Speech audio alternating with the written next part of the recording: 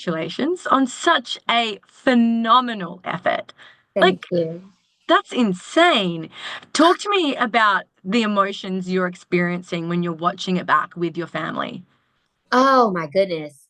It's difficult. Like we basically submerged ourselves in a situation that not a lot of people in this world get to experience. And afterwards, producers, network, they always have people reaching out to us, making sure that we're okay, therapists and psychiatrists, and it's really hard. It was hard leaving the situation, and then to watch it back, I would say is even harder, just because you're reliving everything that you experienced. And then also on top of that, like we're in the industry, we're people who we know that, this is an image, like this is how is the world going to see me, or how are people going to perceive this, or how much are they going to show, because we film so much, there's no way that they're going to put everything that we went through into an episode. And so there's so many mixed emotions. Even watching the first episode and seeing how I jumped towards the helicopter, and it was like comical, but in that moment it wasn't. And then sitting back and thank you, for the congratulations, because even watching it is like you get on yourself and you're like, dang, I wish I could have did better than that, and Oh my not God. recognizing all that you like really did.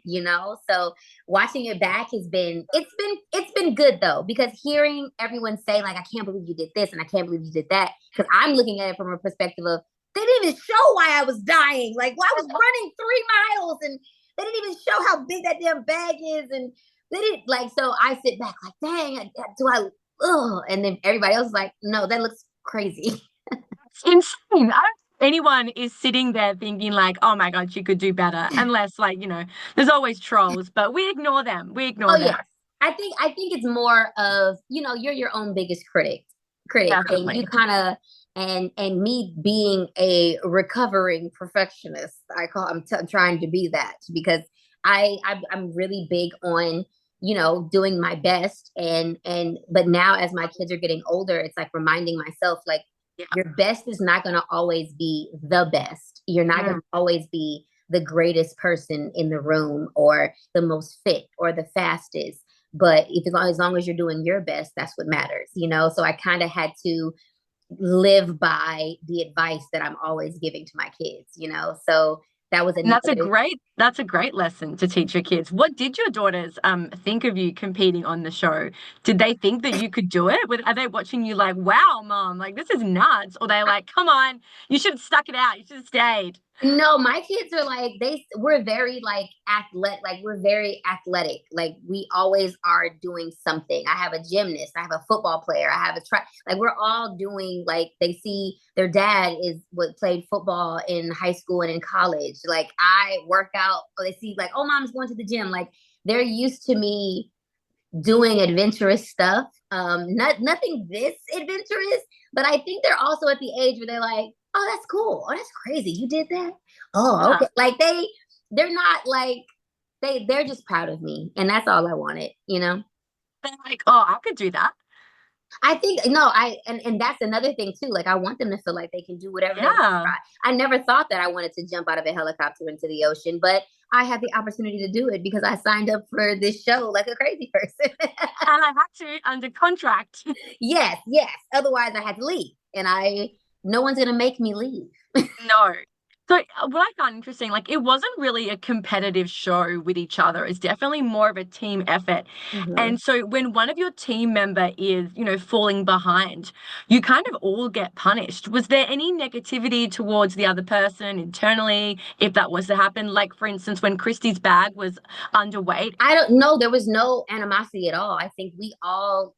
It's crazy because you go into the situation at first, and you are forced to be with 15 other people who you don't know, and you're sitting, but you don't even know their names before you're called in to work. And it's like, wait, who's going to be there? And you're like, oh, what if they're crazy?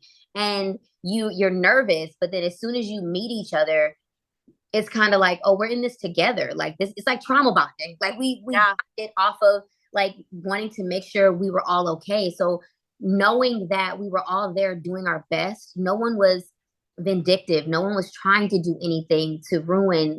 And we are lacking sleep, lacking nutrition, lacking warmth. Like, we're going to mess up. Like, no one's going to be perfect. So for her bag to be underweight, and that was crazy because she was miss, oh, we got to weigh our bags. We got to do this. We got to do that. So when you see somebody working hard, if they make a mistake, we're not going to penalize you or be mad at you. You know what I mean? Like, I kept telling people all the time, look here, I'm not in the damn special forces. Okay. So I'm not finna pass everything. This is not, I haven't trained for this. All right. So stop, like, but it was more for me to not beat myself up for each other.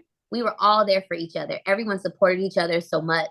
And even Stephen Baldwin leaving on the first day was like, oh no, he's leaving. It was Yeah. after one day, Denise Richards leaving was like, no, I didn't even get to say bye. Like, we bonded so quickly because of our circumstances. There was no way we were going to be any type of negative. You definitely saw such beautiful friendships formed. I really loved the moment between you and Cam, where like you were sitting there and you were just saying how proud you were of yourself, and he was saying how proud he was of you. Were you surprised by any of these surprising friendships and bonds that you have formed? And are you still in touch with them now? I wouldn't say that I was surprised. I was surprised that in the moment, I was surprised that we all bonded together so quickly. But then I sit back and I tell people all the time, I'm like, there's certain situations where I never would have been like, oh, hey, Cam Newton, let's be friends.